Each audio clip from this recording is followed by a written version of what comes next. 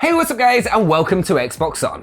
Now, Benny, big question. Did you watch the Game of Thrones season finale? No. Okay, yeah.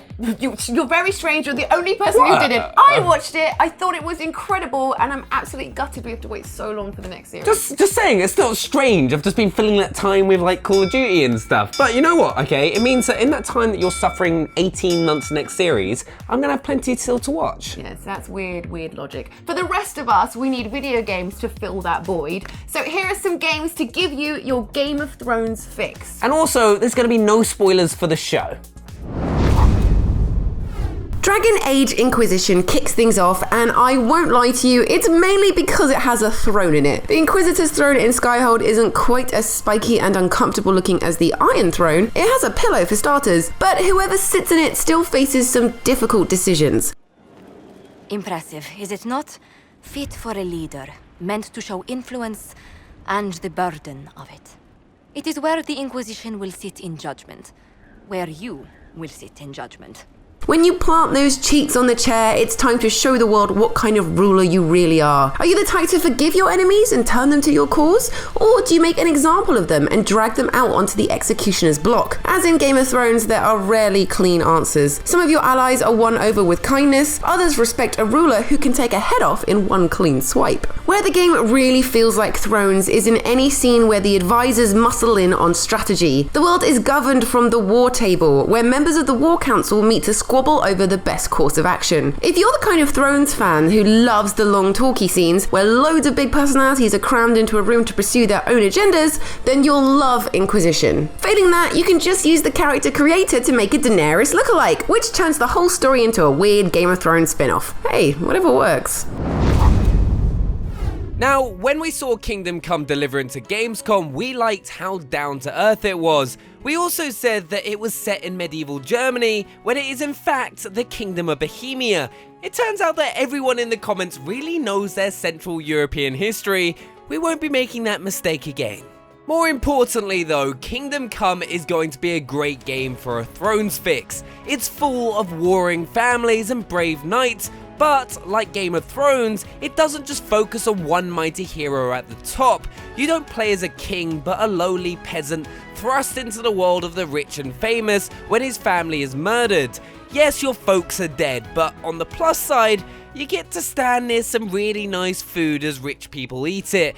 Swings and roundabouts, right? To make a more direct Thrones comparison, Kingdom Come is a bit like a Podrick simulator. As the squire to more important people, you get to attend all the coolest parties, like this stable with loads of dead horses, but you aren't the main event yourself. It's a really refreshing take on the open world RPG. But if there's one thing we've learned in Thrones, it's that even the lowliest characters can shape the fate of the world, and I can't wait to do exactly that when Deliverance is delivered next February. For me, the real stars of Game of Thrones' latest season were the dragons, and no game does dragons better than Skyrim. Come on, you play as the Dragonborn. With a name like that, you're going to expect some affinity with the great big lizards. Well, saying that, you do spend a large chunk of the campaign killing the poor things. Daenerys would not be happy with that. So for this entry, I direct you towards the Dragonborn DLC. In this side story, you learn to control and ride these magnificent beasts. How to train your dragon? Turns out you need to yell at it. Once you've shouted a dragon into submission, don't expect to be pulling off the kind of army melting tricks seen in the show. You don't directly control its flight, instead ordering to pick on targets below and using it to fast travel to new locations. If you're playing the special edition on Xbox One, you could try the fully flying dragon mod. This lets you summon any dragon in the game, even the mighty Parthenax, and steer it like a fire-breathing jet fighter. They take things at a more leisurely pace than the show's dragons. Needless to say, Skyrim's beasts couldn't fly the length of Westeros in 2 hours, but it's as close as I'll ever get to being the mother of dragons. My favourite thing about Game of Thrones are the epic battles, and if it's epic battles you want, look no further than Shadow of War. The game revolves around these huge fortress assaults where you build an army of brainwashed orcs and charge the local warlord's castle. The moment when you lift your sword and order the attack is probably the most exciting gaming moment of 2017. No, wait actually, maybe that prize goes to the moment when you pull out your bow and blow up siege beasts with a perfect slow motion shot. Or is it when you climb up to the siege beasts and turn them against their orc masters? Honestly, there are too many moments to choose from. And before you say that Game of Thrones isn't just about big dumb action, I'll point out that I am as attached to the characters in Shadow of War as anyone in the TV show. When you lose a loyal orc in the middle of a battle, it's a sad moment, and you even get to watch the exact second that life leaves their body. It's so sad. And when one of them steps in to save your life at the last minute, you'll feel like you've been rescued by a genuine friend. Shadow of War's story may be different for every gamer, but the story is epic every single time.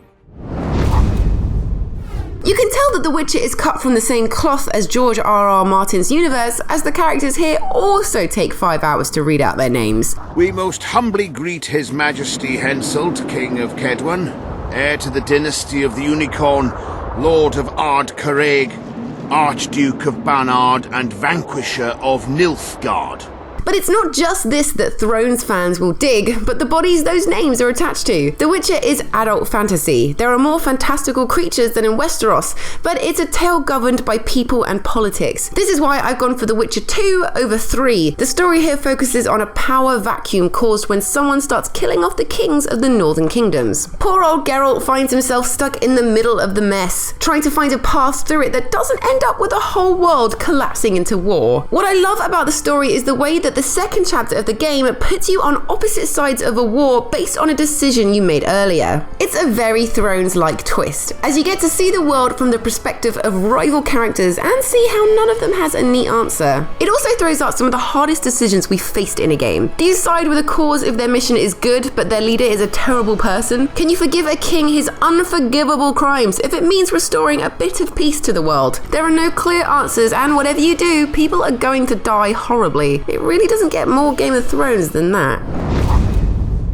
Now, I know what you're thinking. How the hell are we going to tie Call of Duty to Game of Thrones? Well, for starters, you could play Infinite Warfare, where Kit Harington, aka Jon Snow, plays the baddie. But if you're used to Jon always trying to do the right thing, it might be a bit of a shock to see him murdering spacemen in cold blood. But when the time comes to take him down, you do get an achievement called You Know Nothing, which is a fun wink to the show. But an even better crossover between COD and Thrones is simple: zombies. More specifically, frost zombies. Yes, thanks to a zombies map set in Siberia, Call of Duty Black Ops gives us a mode that is basically fighting off the White Walkers. The map in question is Call of the Dead, better known as the one with Buffy the Vampire Slayer in it. Boot it up now and you'd be surprised at how accurately it captures those scenes where our heroes fight north of the wall. Okay, so Thrones doesn't have machine guns, but it does have an endless supply of dead bodies that I think you'd make a good dead body too. And there's snow that's so thick that you can't see a few inches in front of your nose. Combine the two and it makes for intense encounters that are so much fun. Now, what I really like about the White Walker attacks in the show is how they appear from every single angle to overwhelm their victims, which is exactly how the zombies fight right here. But imagine if Activision actually teamed up with HBO to make a proper Thrones zombie mode. It would be absolutely amazing. Well, as long as you didn't pick the short straw and get stuck playing as Theon Greyjoy. Yeah.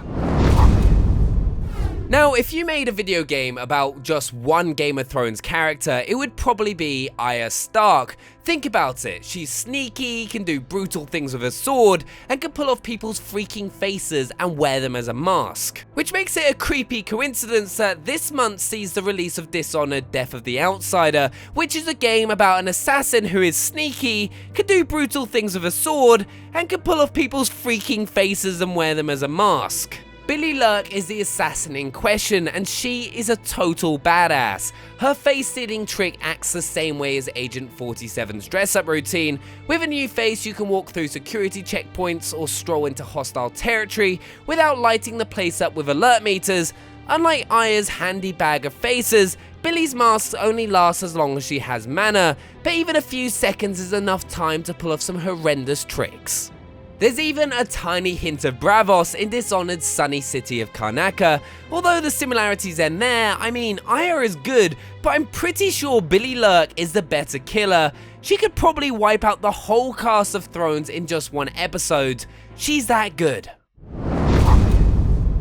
Of course, the easiest way to get your next fix of Thrones is to play the Game of Thrones game. Released by Telltale in 2014, it slots in towards the end of Season 3, kicking off with the Red Wedding. But in an unusual move, you're not in the dreaded room itself, but at the celebrations outside. It's quite a clever way of making you feel like part of the show, but without giving you the power to rewrite the main storyline. You play as family members of House Forrester, which feels like a Game of Thrones greatest hits album. There's a servant who gets sent to work at the wall, a sister who has to negotiate the perils of King's Landing, and a crippled brother stuck at home fending off the advances of Ramsay Snow. Topping it off is the brother banished down to Essos because, hey, the writers needed an excuse for someone to meet Daenerys. Even though you play as characters not seen on TV, you repeatedly bump into stars of the show, all voiced by the actors. So you get to experience one of Cersei's intense interrogations, whilst also trying to work out whether Tyrion is trying to help you or screw you over. Up at the wall, you get to try and impress Jon Snow with your sword work, while Ramsay Snow acts like the end of a level boss looking to pick off members of your family. It's an amazing bit of fan service, brilliantly capturing the tension of a world where one wrong word can trigger violent death and no one ever reveals what they're really up to. If you're as hungry for more Thrones as I am, think of this as a bonus season on the side. And if you don't like how a certain episode plays out, well, you've only got yourself to blame. So there we have it, a load of games to help fill that Game of Thrones void.